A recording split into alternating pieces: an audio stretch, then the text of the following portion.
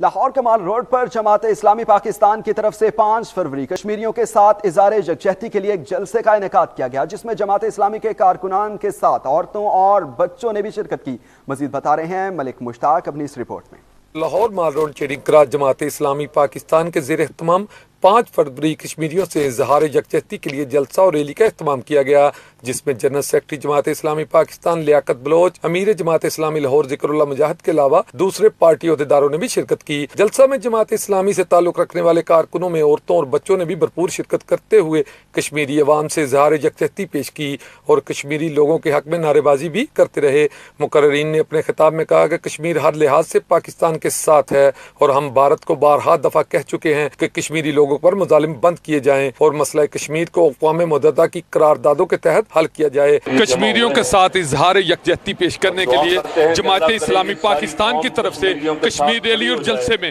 آنے والے مرد، عورتوں اور بچوں کا جوش و خروش اس بات کی دلیل ہے کہ کشمیر پاکستان ضرور بنے گا۔ کیمرہ مین طلحہ سلطان کے ساتھ ملک مشتاق، رائل